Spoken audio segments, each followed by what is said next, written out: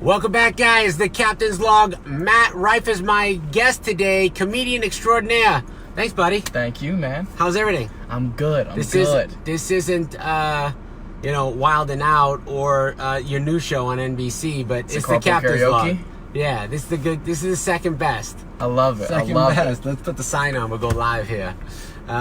So welcome, man. What? Is this your... I know. Has that been there the whole time? It has. I just didn't light it up till just now. Damn. Okay.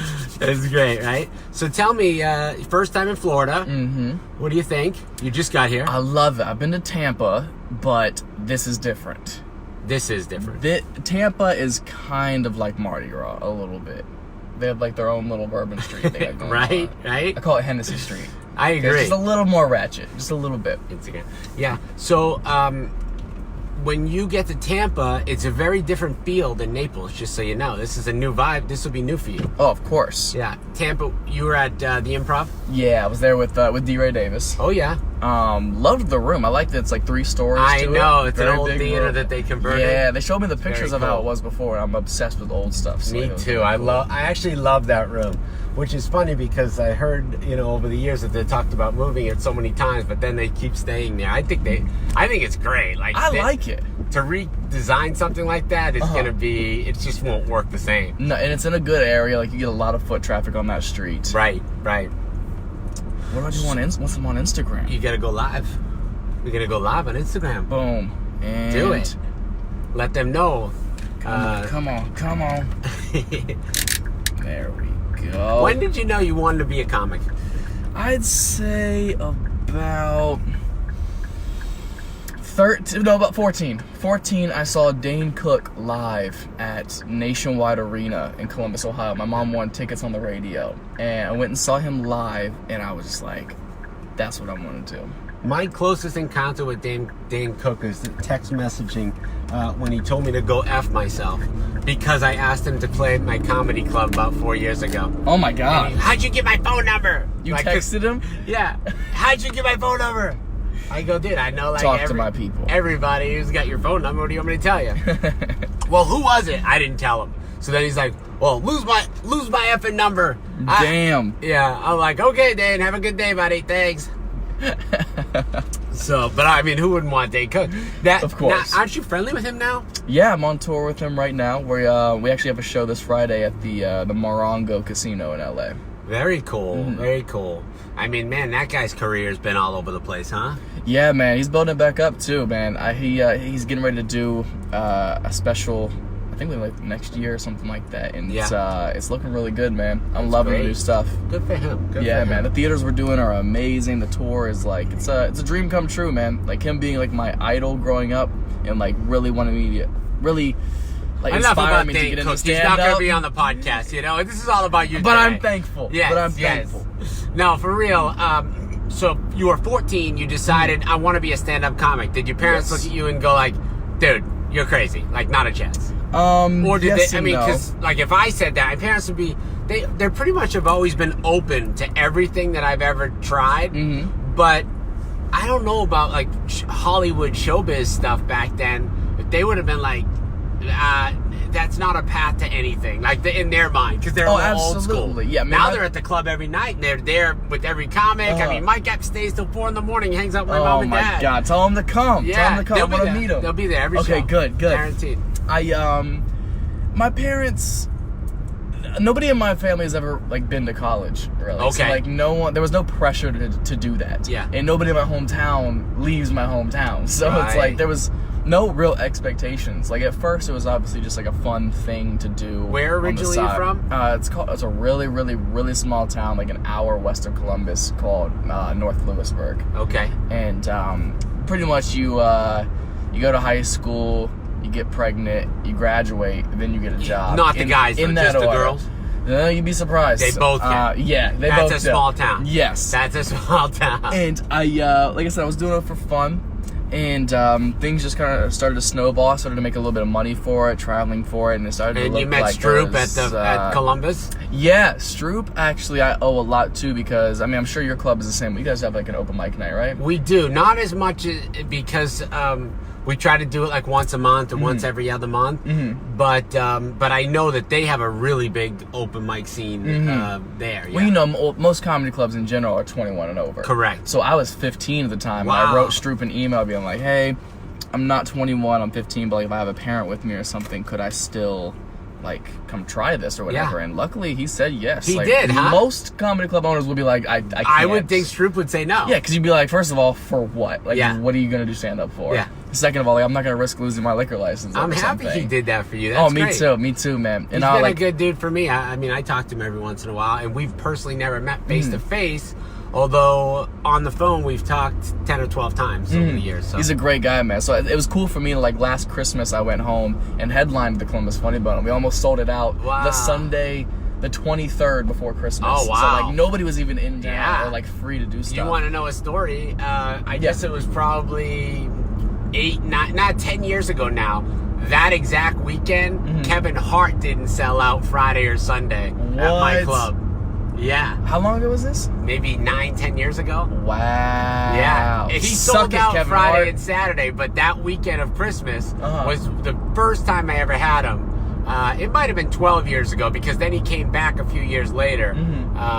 But yeah, that's a hard weekend, man. It's impossible. So that's how big that's how big your show was on Sunday. Yeah, it was fun, man. I mean, total dick move by Stroop to be like, good luck. He just threw you out there and was like, yeah, have a good day. But it was a great turnout, man. It was a really fun show, and I got to be home for the holidays and everything. So that was a good time. Stroop has been good to me. And the other reason why he's smart, he did that because everybody came home for the holidays, and since you're locally from that area. You know, you could have brought a lot of your buddies. It's a good move. It's a good move. From a comedy club booking side, I like it. Yeah. No, it was a great time, man. And so I moved to LA at 17. I started when I was at 15, and the first 2 years were just like so fast that when How'd you move to LA at 17? Because in my head, I'm thinking like, where did you stay? Did your parents go with you? No, my family has never been to LA ever. My mom's coming to LA for the first time in like I think 3 weeks or 4 weeks. Wow. Yeah, she has no idea what my life has been like for the past 6.5 years. Not a clue. But you made it on your own, man. Congrats. Yeah, thank you. Big congrats. That's huge. She's excited. She's gonna hate it. Like my it's family's nothing like back home. No, like my family's so like blue collar and not into like fancy shit. Like whenever I go home, I'm always like, where do you guys want to eat? Like anywhere, pick fucking anywhere. And like I'll go pay they for say us. Carrabba's. Olive Garden. I knew that's Olive where it was Garden going. Or like P.F. Chang's. Hi sis, my sisters say hi. How are you? Ahmed, Kathleen, what's going on? This is the Captain's Log, guys. Thanks for watching. Oh, what's up, Ahmed? Matt Rife, up and coming, one of the newest faces in comedy, gonna be a big star. You're already on your way, man. It's a pleasure to have you. I'm happy. Like, so you're 23 now? 23. I'll be 24 in September. And you started comedy at 17? 15. 15. Yeah. But at 17 you went to LA. And now, how long have you been headlining? I've been headlining for about, regularly, I'd say about a year and a half. So you are either the youngest or the second youngest. Eric Myers headlined the club. Oh, Eric, I love Eric. Eric's great, right? He's one of my favorites. Funny, man. Batshit crazy, but funny as all hell. But he cracks me. I mean, his Taco Bell bit is just it's amazing. Golden. It's gotten so much better too. He's rewrote it. Now the Uber joke. I mean, both those jokes now are like 10 minutes. He's like a walking cartoon character. He really, really is. Which, by the way, he's tried like 3 cartoon. I know. I hope something pops off for him. He deserves it. He's a good guy. He really does. But Eric, I think he was 21 or between 21 and 23. So big props, man. That's huge. Thank you, man. It's not. First of all, nobody gets comedy chops like at a younger age because they haven't had that many life experiences. Yeah. So, you know, for you to be coming up and starting to headline A rooms and all these big clubs and selling tickets, it's amazing. It's flattering, man, because like, what do adults want to come see a 23-year-old do comedy for? Like you said, like he hasn't been through anything. Yeah. Like, how can he relate to us? So it's cool to kind of have like an underdog start to every show. Like, everyone has been like, impress me. I agree. Because like I do have a fan base. Thank you, guys. My phone's over here. I'm not talking out the window on this phone. That's right. So I do have a fan base. He's on the Instagram, and you are on the gram at Just my name, Matt Rife. Matt Rife, Mattrife. Boom. It's a sexy follow. The Yes, guy couldn't be more yes. handsome. He's funny and handsome. You know, when girls are like, "Oh, I like funny guys," and then you show up, what the hell? That's like a panty dropper instantly. I also have an off switch. Yeah. Like I hate comics that are on all the time. Like it's just exhausting. Yeah. Like they're incapable of having just like a regular Even with comics, conversation. they're still trying to be funny. Of I know. course. I'm so not like that. You I'm can like, be funny now, though. It's okay. No. We're on the I'll show. take my time. I'll take my time. I know how much the check is. I will pace myself. Yeah, you get paid for the 245-minute sets. Exactly. Okay, I hear you. That's fair. Touche. But I mean, it's a classic old joke or whatever. But like the worst part, obviously, about being a comedian is strangers coming up like, tell me a joke. Yeah, right? Walking up to Kill you, be like, yourself. yeah, exactly. I know. The Tell me most a joke annoying like in the thing. middle of the freaking airport when you're traveling. Or they'll say something that is not even mildly funny and be like, you should put that in your act. I love Where would when I they put do that? that. Where would I put that in my I love set? when I get either the, hey, can I talk to you? Look, when he was doing this shit, you know, you need to tell him that during that joke, you should, I'm like, yeah, first thing I'm going to do is introduce you to him and let you tell them that joke. Yeah. Not in a million years. Yeah, are you But insane? The fans, you know what it is? They love you guys so much that they think that, like, they're going to be part of it somehow, but they also forget that they're not professional comedians like you. Yeah, That's the and my problem. set is, especially when I'm headlining, is very, like, I'm taking my time, I'm very interactive. It's a very, like, I feel like it's an intimate type show. Yeah. Like, I'm not, like, doing a big theater projection, and You I say like to talk to intimate, and all the people. girls are like, oh my God, I want to get intimate. I mean, it can't too be much. for the right price. So I feel like that does encourage a lot of people to feel like, oh, I can give notes. Like it is like more like a conversation than just me throwing random jokes out there hoping you laugh at them. Right. So I mean, I'm kind of setting myself up. That's great. That's great. So what's on the horizon here for your new career that's going skyrocketing right now? I mean, everything's happening so fast. Skyrocketing is flattering. No, it is. I mean, come on, dude. You don't get to play my club unless you like have fans or you have a name for yourself. Of course. I think it's like what we were talking about this morning when you picked me up. Like it's like I'm extremely grateful and happy where I'm at, but like I want more. You know. Of course. Granted, I mean you have to be ready for when those opportunities do arrive, and you have to work hard. I mean, you didn't get here hard. by. It wasn't a fluke. No, God, You going to LA at 17 is already a struggle. Like, oh yeah, man. And before LA, I was in Atlanta for like 4 months, and like, there's Were nothing, you? Yeah, there's nothing more humbling. Were you at the than Punchline? No, it was called the Uptown Comedy Oh, Corner. Uptown. Yeah, Okay. yeah. My first manager owned that club. Who? So Gary Abdo. I don't know, Gary. No. He, great guy. No longer manages me, but like we're like family still. Yeah. And there's nothing more humbling than being a 16-year-old kid spending your summertime handing out free tickets at Lenox Mall at 100 Degree Heat to people who don't want to talk to you. That's a hustle. Oh yeah, man. For You fucking have to hit 4 the months. pavement, Like, what man. did you do this summer? I got rejected and people didn't want to laugh. Correct.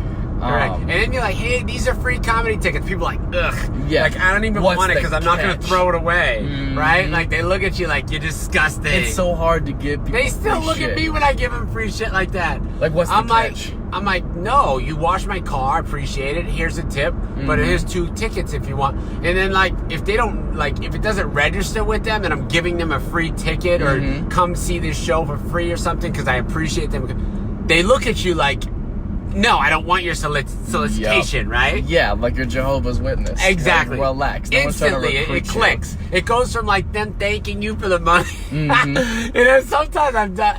Like I always do that too at the table. Like if I leave my business card for a server, I'll leave them tickets or something and a tip. Of course, I don't just leave tickets like oh yeah, here you go, come use these. No, I'll give them a tip and then I'll leave the tickets like as a thank you. Yeah. It's pretty funny though. Sometimes they're like, you left something. I'm like, no, those are for you. I gave you tickets. I told you. They always feel like it's a setup. Yeah. Jesus. That's a riot. It's hard to give people free shit, man. There's always a catch. So people will know you from Wild and Out. You did 3 years on Wild and Out, which was killer.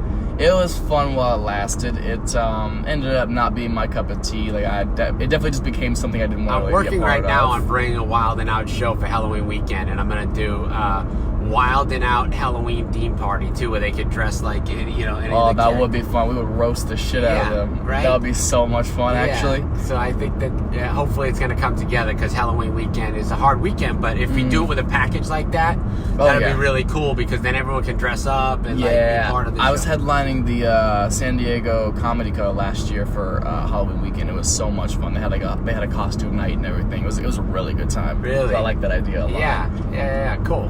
So Wild Now was great. Did it for 3 years, and then off of that, they had me host the reboot of TRL, which was just a shit show from day. It was just a lie after day one. Like, I was like, I said no to it a couple of times. Really? By the way, they called me on a Friday and were like, hey, we want you to come to the show. And I was like, I just don't really think it's my thing. I don't really want to host. And I was like, TRL, this doesn't fit anymore. Nobody really even makes music videos, and not as big a thing anymore. And I was like, what celebrity guests are you gonna have? Like, I feel like it's gonna be all just internet people who aren't really my thing. They're like, no, it's gonna be just you and DC Young Fly are gonna be the only two hosts. It's gonna be your two show, and we know you guys both want to act and everything, so we're gonna have like sketches and pre-recorded skits and all that stuff. It's gonna be your guys' show. I'm like, I still don't know. And they're like, all right, well, here's a stupid amount of money. And I was like, that works. I was like, well, can you give me the weekend to think about it? They're like, no, we need you here Monday. And I was like, you know what's funny? They're like, we need you to move to New York over the weekend. I was like, oh my God. When comics call and cancel shows, and it's like literally the last second before a club date, people don't realize that happens so often. I don't get what Hollywood is thinking. Like, how did they have a whole show ready to shoot and they had no one to host it? I know. Or like, how do they have a movie that they didn't know was going to start, in 4 days? It's so weird, but that happens all the time. I mean, that whole network is having an identity crisis. Like, they don't know what they want. They really think they know what the audience likes. I think a lot of the networks have some issues right now. I mean, yes, and that's why they're rebooting everything. Yeah. It's like, come on, man. Nobody has any imagination for a new idea anymore at all. And if they do have new ideas, they're probably going to more newer platforms too. That's some of the problem. And the show, I moved to New York. I get there, and like, there was no press release for me being like announced as a new host, whatever. Every other host got one, by the way. When I say every other host, it's because it wasn't just me and DC Young Fly. I get there, there's 2 other female co-hosts who were just the sweetest, great people. I loved working with them. I had no problem with them, but I was like, this already is not what you told me it was. Yeah, sure. There ended up never being a press release. I just kind of randomly appeared on the show that they already announced on all the platforms. And then the show just like, I mean, we have writers and everything, and being a comic, like, I want the things I'm saying to be funny. Yeah. And well, at least on TV, and I'm getting there like 7 o'clock in the morning for rehearsals and run through. I'm going through the script. I'm like, I can't say this shit. Yeah, like, it's hard. This isn't funny at all. And they're like, all right, well, what do you want to say? And I'm like, all right, well, rewrite. They're like, well, you can't say this on MTV. And I was like, why am I here? Yeah. Like, you want me to just be a talking robot? Yeah. And just say your awful materials? Yeah, basically just reciting your lame jokes. Yeah, basically. Like, I was like, you guys can get anybody for this. Like, why do you want me? But then it's also like, if I have to rewrite the show, where's my writer's credit? Where's my writer's check at the same time? Yeah. So it just, I saw the show. Nobody was watching it. Like, I would go back home to LA on weekends and everything, and people were like, so what are you doing in New York? I'm like, oh, I'm hosting TRL. They're like, oh, did they bring that back? I'm like, yeah, exactly. Yeah. I didn't know. Exactly. Most people didn't. Yeah. And probably they know from following you. That's about it. That's pretty much it. Yeah. And like, of course, all the guests were social media stars and stuff like that. And some of them are really cool, but it's just so not my cup of tea. That like, it's not people who I feel like hanging out with. So now you're on the show on NBC, Bring the Funny, and you made it past the first round. Yes, made it past the first round. Second round airs, I believe, August 20th. August 20th, guys. Matt Rife, don't miss him. But you can see him tonight, tomorrow, Off the Hook Comedy Club. Yeah. This is the Captain's Log. I'll be back with Felipe Esparza tomorrow. He's my guest. And Kelsey Kraft, don't miss her. My goodness, she's going to be potentially the next Miss USA. Is she really? Oh, yes. When did she get here? Yeah, I'll